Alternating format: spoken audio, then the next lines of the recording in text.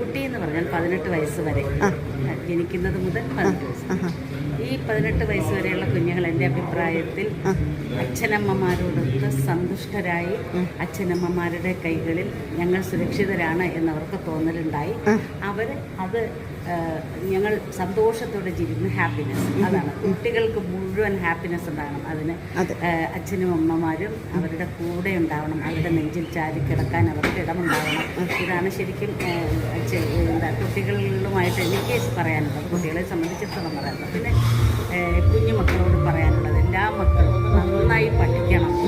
ലഹരി വസ്തുക്കൾ നമ്മുടെ ഇടയിൽ വേണ്ടേ വേണ്ട എന്ന ഒരു തീരുമാനം ഓരോ കുഞ്ഞും എടുക്കണം. ഞങ്ങൾ പഠിച്ചുയരും. ഞങ്ങൾക്ക് എന്ത് പ്രശ്നങ്ങളുണ്ടായാലും അതൊക്കെ ഞങ്ങൾ തൃണവൽ ഗണിച്ചുകൊണ്ട് അതിനെയൊക്കെ മറികടന്നുകൊണ്ട് ഞങ്ങൾ ഉന്നത സ്ഥാനത്തെത്തും.